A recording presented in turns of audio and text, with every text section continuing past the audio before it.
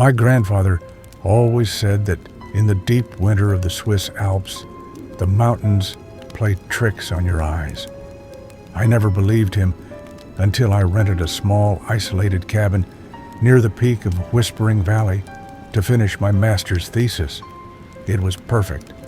No internet, no distractions, just me, a cracking stone fireplace, and a massive glass window overlooking a vast, snowy pine forest. When I checked in, the local landlord, an elderly man named Peter, gave me a heavy brass key and a strange piece of advice.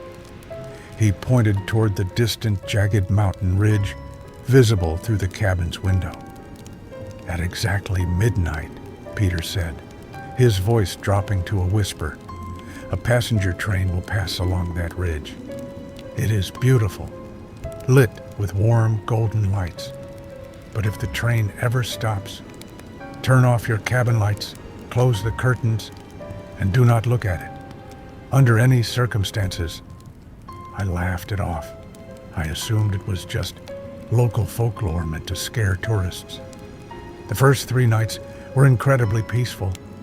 I wrote for hours, watching the soft snow fall against the glass.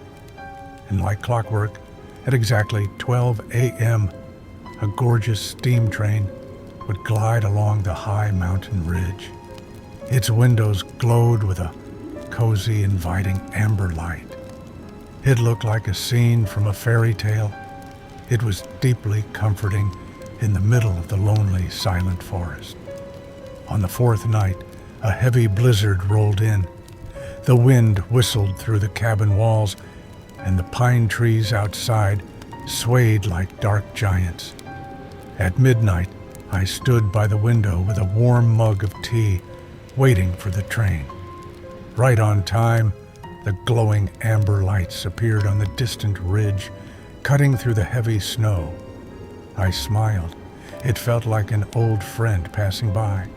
But then I heard a sound that made my chest tighten. Screech.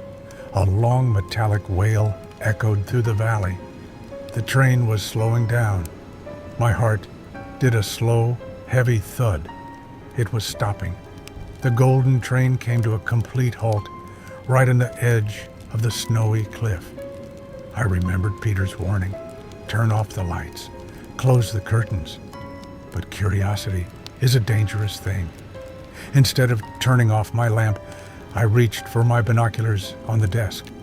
I adjusted the focus and pointed them at the train. The warm amber lights inside the passenger cars were beautiful, illuminating the snow around the tracks. But as I zoomed in on the windows of the carriages, a cold sweat broke out across my neck. The train was completely empty. No passengers, no conductor. Just rows of empty velvet seats bathed in that cozy golden light. Then I noticed something impossible. The train was moving again, but it wasn't moving forward along the tracks. The entire train began to slide sideways off the ridge. Slowly, silently, it glided down the steep, snowy slope of the mountain. It wasn't falling or crashing. It was navigating the rough terrain as if it were floating just inches above the snow. And it was heading directly down the valley, toward my cabin. Panic finally seized me. I rushed to the light switch and flipped it off, plunging the cabin into darkness. I wanted to close the curtains, but my eyes were glued to the glass.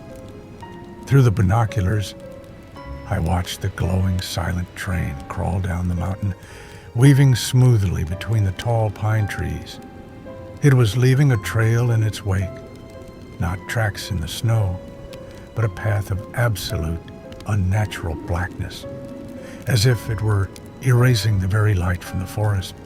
It was only 200 yards away now.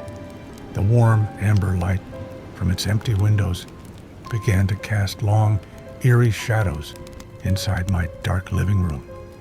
I hid behind the wooden dining table, my heart hammering against my ribs so loudly I thought the thing outside could hear it. I peeked over the edge. The train came to a stop directly in front of my cabin window. The silence was deafening. No engine hum, no wind. Just a massive, glowing metal beast parked in my front yard.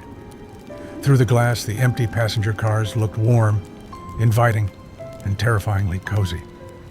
And then, the carriage door nearest to my cabin slowly slid open. A soft, golden light spilled onto the snow outside my doorstep.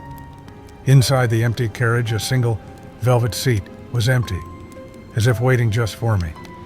I held my breath, pressing my hand against my mouth to stifle a sob. For 10 agonizing minutes, the door remained open. The train sat there, basking my cabin in its warm, deceptive glow, whispering it to me in a silent language to just step inside and join the ride. Finally, with a soft hiss, the carriage door closed. The train began to slide backward, defying gravity, moving up the mountain slope until it reached the high ridge once more. It slowly vanished into the dark blizzard. The next morning, I packed my bags and drove down to the village. I found Peter sitting at the local diner. I didn't say a word. I just handed him the brass key. Peter looked at my pale face, then at the key, and sighed. "You looked at it, didn't you?" he asked. "Q?"